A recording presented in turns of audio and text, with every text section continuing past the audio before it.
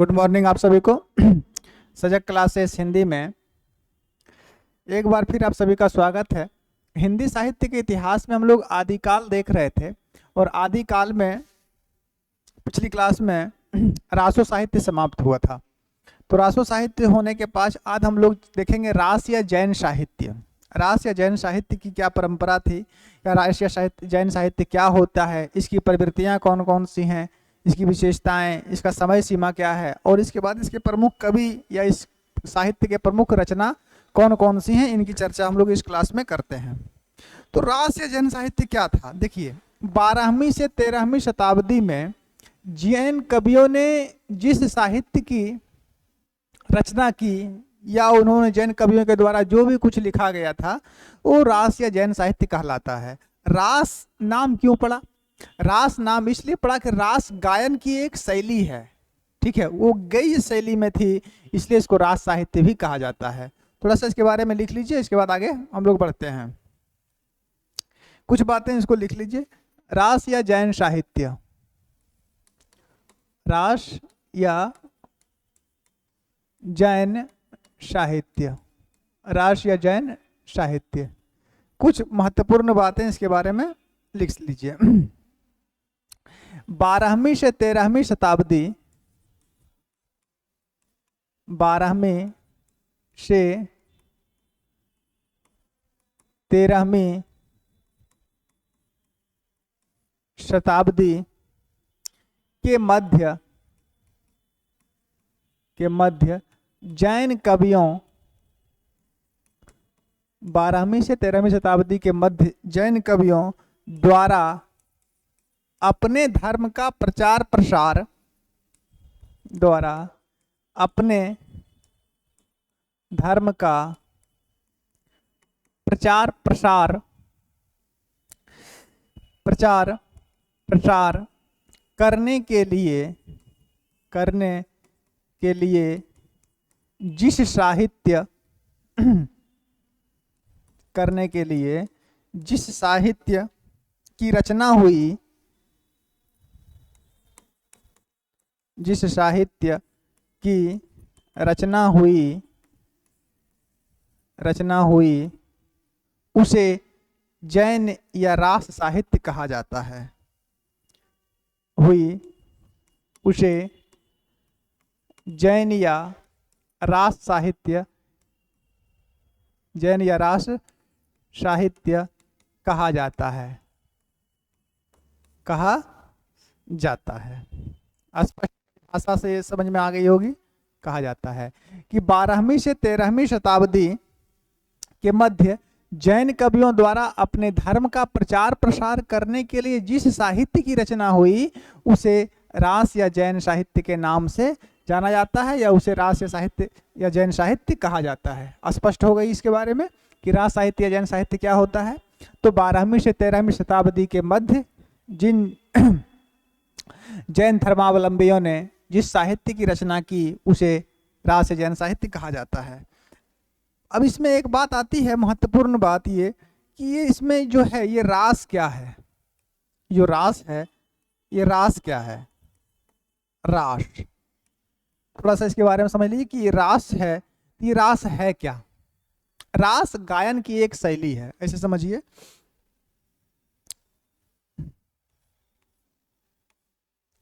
रास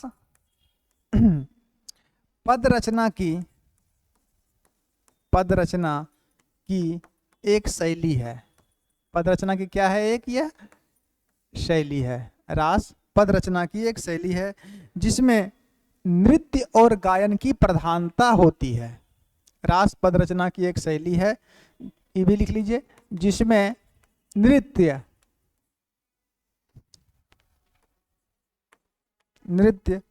एवं गायन की प्रधानता है। नृत्य एवं गायन की प्रधानता है। स्पष्ट हो गया कि रास क्या है? तो रास पद रचना की एक शैली होती है जिसमें नृत्य और गायन, ठीक है, डांस भी है और गाना भी है, दोनों की इसमें प्रधानता होती है। अब हम आगे देखते हैं कि रास या जैन साहित्य की विशेषताएं क्या रही, रास या जैन साहित्य की प्रवृत्तियां क्या रही।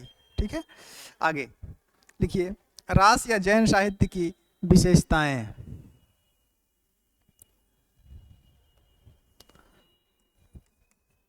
रास या जैन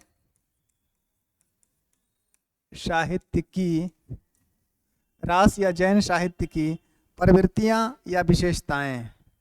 रास या जैन साहित्य की प्रवृत्तियां या विशेषताएं।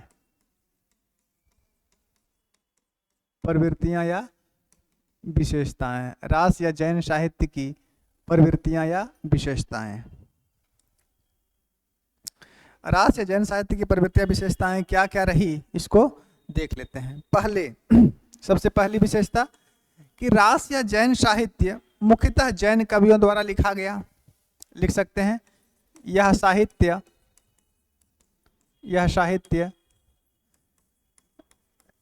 जैन कवियों द्वारा लिखा गया। यह साहित्य जैन कवियों द्वारा लिखा गया। एक विशेषता ये हो गई। दूसरी विशेषता, इस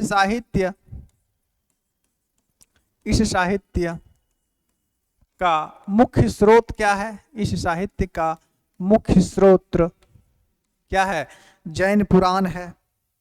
मुख्य साहित्य का मुख्य स्रोत जैन पुराण है।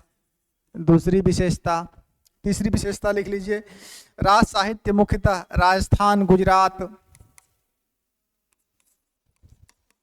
रास साहित्य मुख्यतः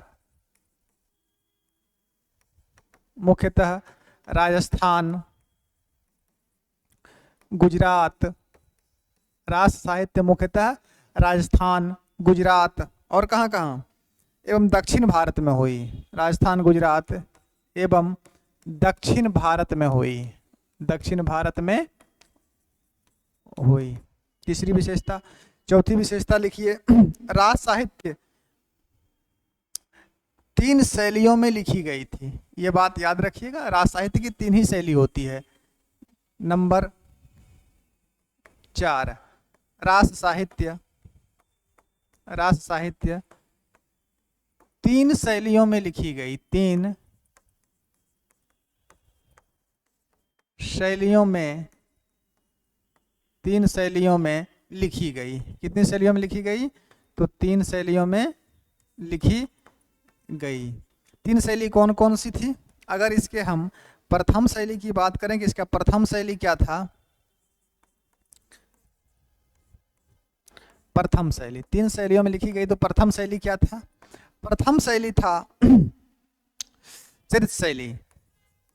प्रथम शैली क्या कहलाया, चरित शैली। प्रथम शैली हो गया चरित शैली। अब देखिए चरित शैली से क्या तात्पर्य है कि प्रथम शैली का चरित शैली थी, तो चरित शैली क्या होती है और चरित शैली में क्या सीखा। चरित शैली में जो भी जैन धर्म के तीर्थंकर थे, जो तीर्थ करने वाले तीर्थंकर हुए, ठीक है, उनके जीवन चरित्र का वर्णन है। लिख सकते हैं, जैन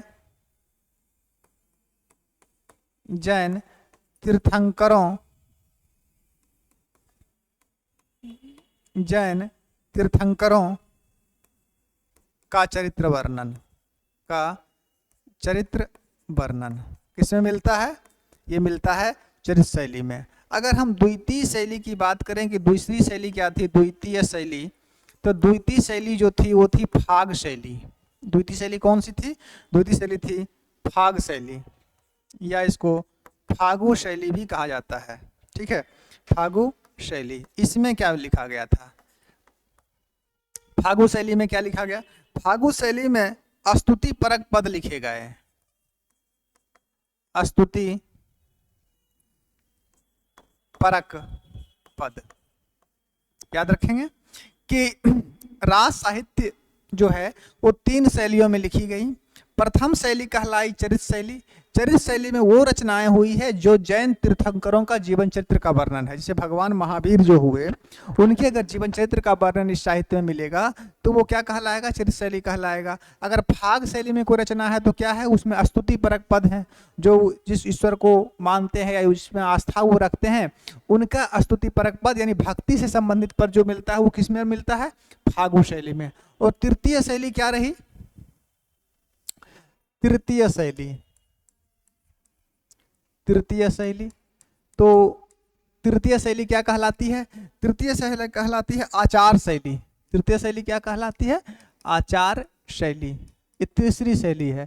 और आचार शैली में कैसे पद की रचना क्या लिखे गए थे? आचार शैली में उपदेश और आचरण संबंधी पद लिखे गए। लिख सकते हैं इसमें उपदेश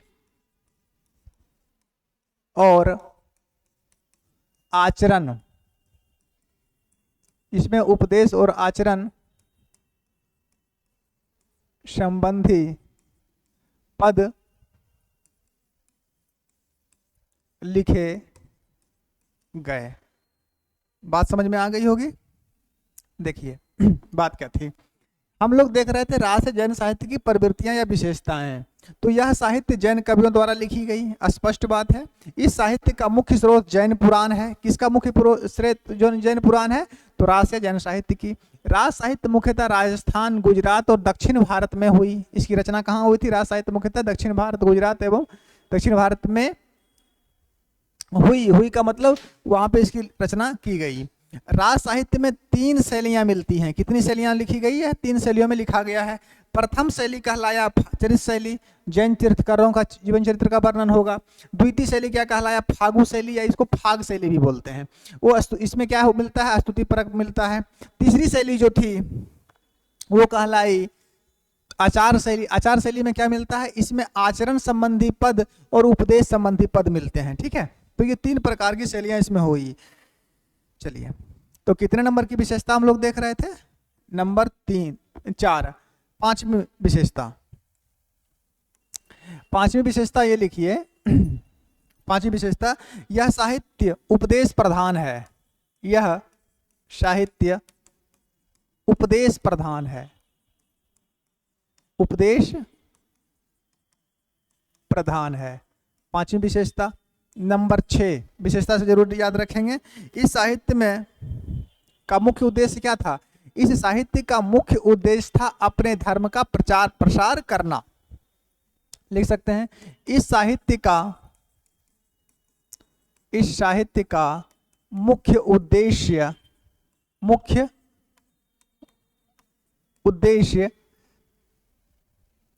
धर्म का प्रचार प्रसार था। अपने धर्म का क्या था? प्रचार और प्रसार करना था। इस साहित्य की भाषा क्या है? तो लिख सकते हैं इस साहित्य की भाषा अपभ्रंश प्रभावित हिंदी है। पूर्ण रूपेण हिंदी भी नहीं है और पूर्ण रूपेण अपभ्रंश भी नहीं है, बल्कि वो अपभ्रंश किससे प्रभावित है? हिंदी से प्रभावित है। इस साहित्य की भाषा अपभ्रंश प्रभावित हिंदी है। इस साहित्य की भाषा अपभ्रंश प्रभावित हिंदी है। एक बात ये। अगली विशेषता देखिए, नंबर 8, इस साहित्य में मुख्यतः प्रबंधात्मक काव्य की रचना हुई है।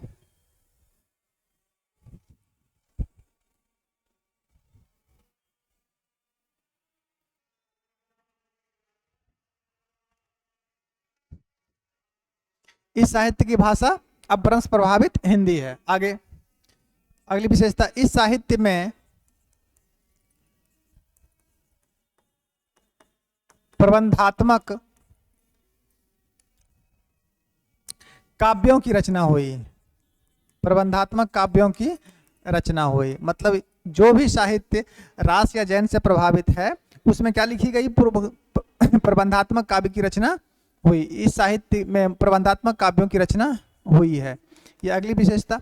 और विशेषता इसके देखिए, आचार्य शुक्ल ने इसे क्या कहा था? जैन या रास साहित्य को याद है? आचार्य शुक्ल ने इस साहित्य को सांप्रदायिक शैली साहित्य कहा था। लिख सकते हैं 9वीं नंबर में। आचार्य रामचंद्र शुक्ल, आचार्य रामचंद्र शुक्ल ने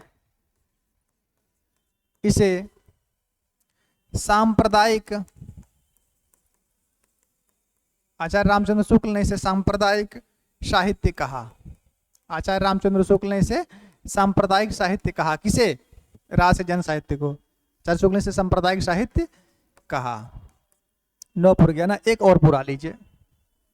क्या 9 लिखेंगे? 10वां नंबर। इस साहित्य का प्रधान रस क्या था? ऐसे ही पता कर सकते हैं। देखिए, इस साहित्य में 3 प्रकार की शैलियां हुई, आचार शैली, फागु शैली और चरित शैली।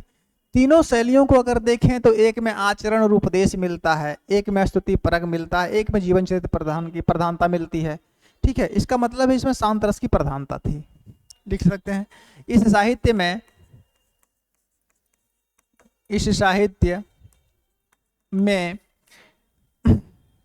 शांत रस की प्रधानता है। किस रस की प्रधानता है? तो शांत रस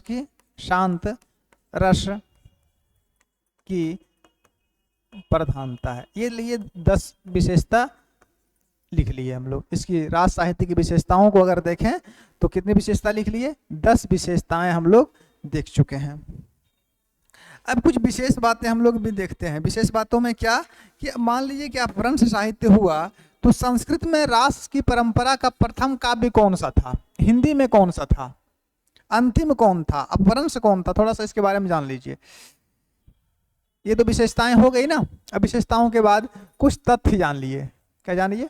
कुछ तथ्य में कुछ बातें आप लोग याद रखेंगे।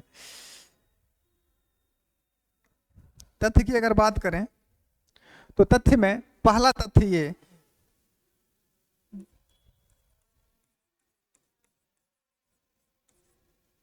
संस्कृत में रास परंपरा की प्रथम रचना, संस्कृत में रास परंपरा की प्रथम रचना बताइए कौन सी है? संस्कृत में रास परंपरा की जो प्रथम रचना है उसका नाम क्या है? तो संस्कृत में रास परंपरा की जो प्रथम रचना है इसका नाम है रिपुदारण्य रास।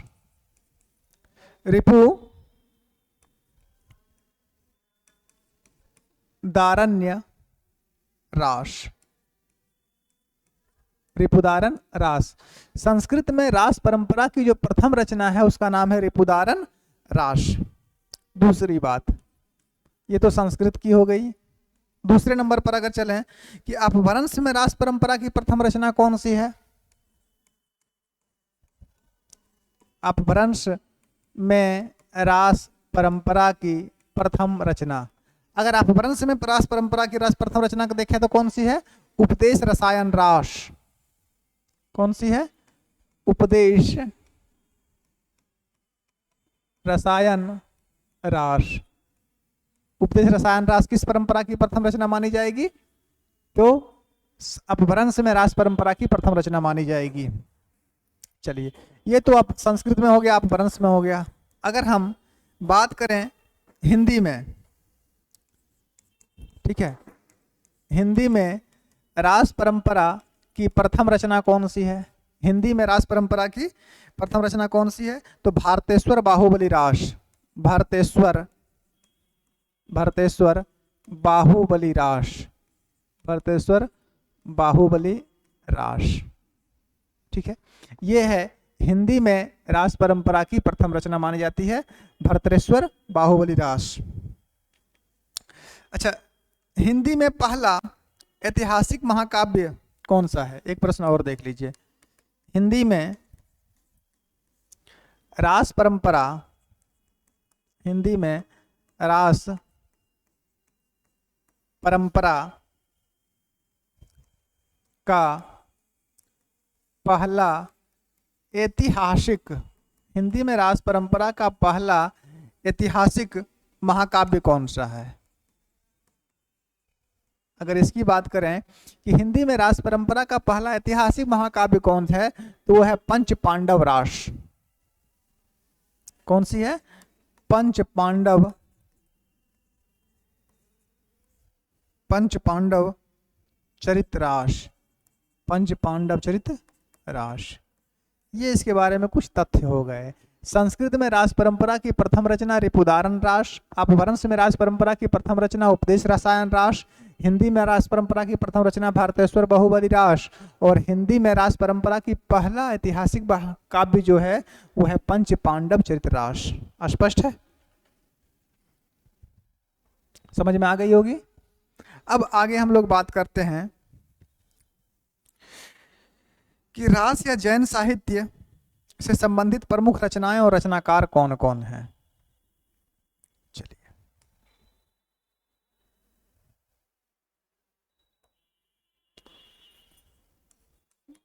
रास या जैन साहित्य, रास या जैन साहित्य से संबंधित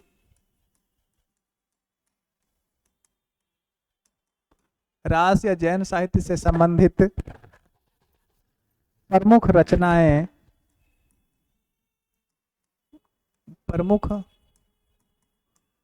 रचनाएं, जब रचनाएं देख रहे इसके रचनाकार भी हम लोग देखेंगे। हिंदी में रास साहित्य, रास या जैन साहित्य से संबंधित प्रमुख रचनाएं कौन कौन सी हैं। अगर इसकी हम बात करें कि इसके प्रथम रचनाकार कौन कौन हुए, तो सबसे पहले हम लोग आज बात करते हैं भारतेश्वर बाहुबली रास की। किसकी बात करेंगे?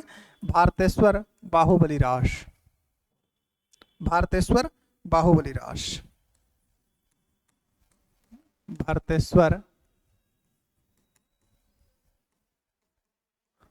बाहुबली रास, इसकी बात करते हैं कि भारतेश्वर बाहुबली रास के समय कौन है, समय क्या है, रचनाकार कौन है, ठीक है, कुल छंद क्या है, कथानक क्या है, प्रधान रस क्या है, ये सब चीजें देखते हैं। देखिए, अगर इस पुस्तक के रचनाकार की हम लोग बात करें कि भारतेश्वर बाहुबली रास के रचनाकार कौन है, रचनाकार इसके राइटर कौन है, तो वो है शालिभद्र सूरी, शालिभद्र सूरी, शालिभद्र सूरी। समय क्या है इस पुस्तक का, कब लिखी गई थी, तो समय है 1184 ईस्वी। कब लिखी गई थी? 1184 ईस्वी। काव्य रूप क्या है, तो ये प्रबंधात्मक महाकाव्य है, प्रबंधात्मक, सॉरी, भारतेश्वर बाहुबली रास तो खंड काव्य है ना, प्रबंधात्मक खंड काव्य है ये, प्रबंधात्मक खंड काव्य है। भारतेश्वर बाहुबली रास जो है वो प्रबंधात्मक खंड काव्य है।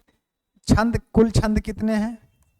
अगर इस पुस्तक में कुल छंद की बात करें तो कुल छंद 205 है।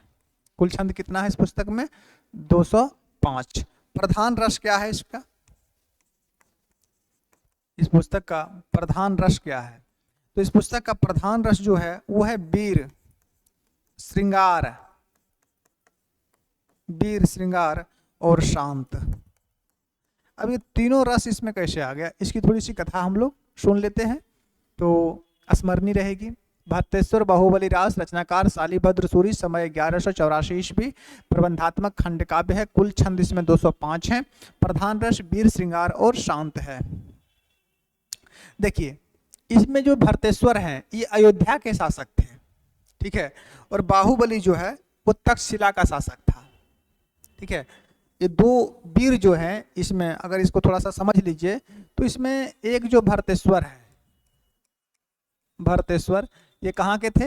ये अयोध्या के शासक थे, अयोध्या के शासक, ये थे अयोध्या के शासक। और बाहुबली जो हैं, ये बाहुबली फिल्म नहीं देखना है कि ये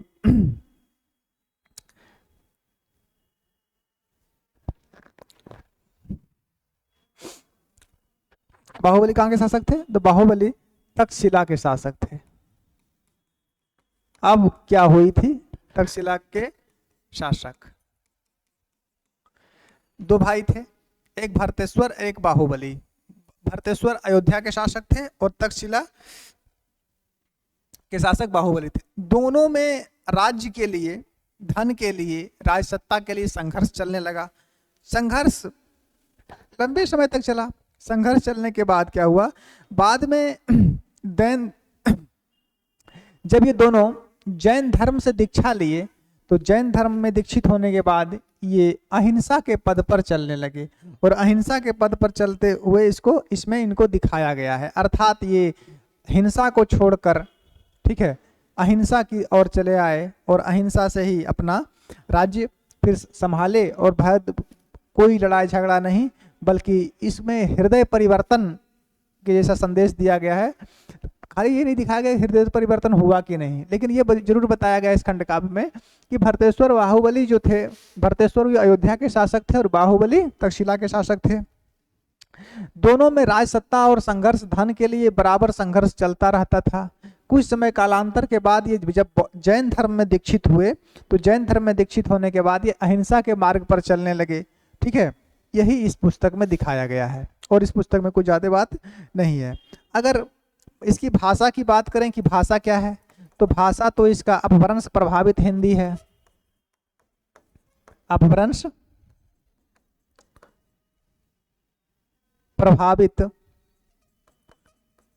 प्रभावित हिंदी है इसकी भाषा। अपभ्रंश प्रभावित हिंदी इसकी भाषा है। स्पष्ट है।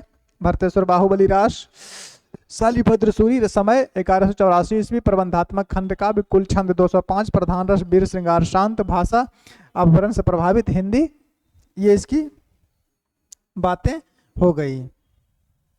चलिए दूसरी रचना की ओर हम लोग चलते हैं। दूसरी रचना थी, रासो में कुछ और देख लेते हैं। हालांकि आज रासो साहित्य समाप्त तो नहीं हो पाएगी, क्योंकि रासो साहित्य में कुछ और भी रचनाएं हैं, तो कुछ और देख लेते हैं, एक दो ठो। दूसरी रचना अगर बात करें कि दूसरी रचना कौन सी है इसमें, तो इसमें देखना है पंच पांडव चरितरास। पंच पांडव चरितरास, पंच पांडव चरितरास, इसके बारे में भी थोड़ा सा देख लेते हैं। रचनाकार कौन हुए इसके? पंच पांडव चरितरास। अगर हम रचनाकार की बात करें कि रचनाकार कौन है, तो पंच पांडव के रचनाकार कौन है? ये भी शालिभद्र सूरी की ही रचना है। शालिभद्र सूरी की रचना है पंच पांडव रास। समय क्या है इसका? वो तो 1184 ईस्वी में लिखा गया था। ये कब लिखा गया था? ये लिखा गया था 1191 ईस्वी में। समय क्या है? 1191 ईस्वी में लिखा गया। कैसी रचना है ये? ये प्रबंधात्मक महाकाव्य है। वो खंड काव्य था और ये महाकाव्य है, याद रखेंगे। ये प्रबंधात्मक कैसा है? महाकाव्य है। और शालिभद्र भरतेश्वर बाहुबली रास कैसा था? वो खंड काव्य था। प्रबंधात्मक महाकाव्य है ये, प्रबंधात्मक महाकाव्य। कुछ बातें और जानिए। कुल सर्ग कितने हैं इसमें? जब महाकाव्य है तो सर्ग होगा, तो कुल सर्ग कितने हैं? तो कुल सर्ग इसमें 15 है। कुल सर्ग 15। ठीक है। इसमें क्या है? इसमें महाभारत की कथा का चित्रण है। पंच पांडव नाम ही है तो इसमें महाभारत। और देखिए चरित्र लगा है, तो चरित्र किसमें लगा रहता है? जिसमें चरित्र की प्रधानता हो, जो चरित्र शैली में लिखी गई हो, जिसमें किसी के जीवन चरित्र को दर्शाया गया है। तो इसमें सिर्फ 5 पांडवों का ही चरित्र का वर्णन नहीं है, ठीक है, बल्कि इसमें पांडवों को अहिंसा के मार्ग पर चलने वाला दिखाया गया है। चलिए इसमें देख लीजिए प्रधान रस इसमें क्या है? कुल छंद हो गया। अगर प्रधान रस की बात करें तो अहिंसा के मार्ग पर चल रहा है तो शांत रस ही होगी ना। प्रधान रस शांत हो गया है। इसमें क्या है? कथा, महाभारत की कथा का चित्रण है। महाभारत की कथा का चित्रण इसमें किया गया है। महाभारत की कथा का चित्रण। एक बात ये और देख लीजिए क्या दिखा गया है इसमें। इसमें पांडवों को अहिंसावादी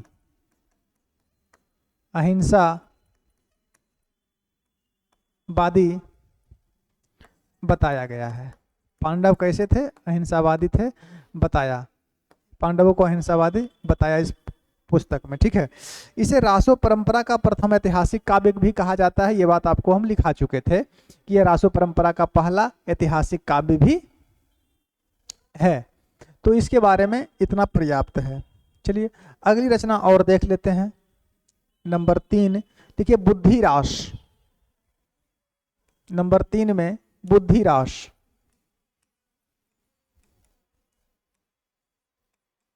बुद्धिरास। अगर बुद्धिरास की बात करें तो ये भी किसकी पुस्तक है? ये भी जो रचना है ये भी शालिभद्र सूरी की है। अगर रचनाकार की बात करें तो कौन है? शालिभद्र। शालिभद्र सूरी जी की ही रचना है ये, शालिभद्र सूरी। समय क्या था इसका? एक तो था 1184, एक था 1191 और ये था 1193 में। 1193 ईस्वी में ये लिखा गया था। काव्य रूप क्या है?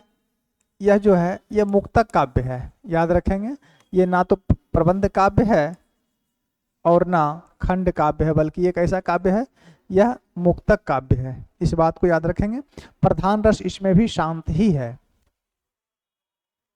प्रधान रस क्या है इसके? प्रधान रस शांत। अगर प्रधान रस की बात करें कि प्रधान रस क्या है, तो प्रधान रस इसमें भी शांत है। अब बात है इसमें है क्या? इसमें नीति, वैराग्य, इन सबों का आचरण से संबंधित पद है। लिख सकते हैं इसमें नीति, वैराग्य तथा आचरण संबंधी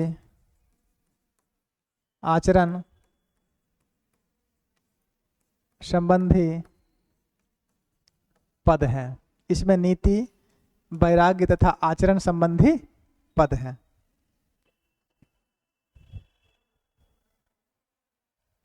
हो गया?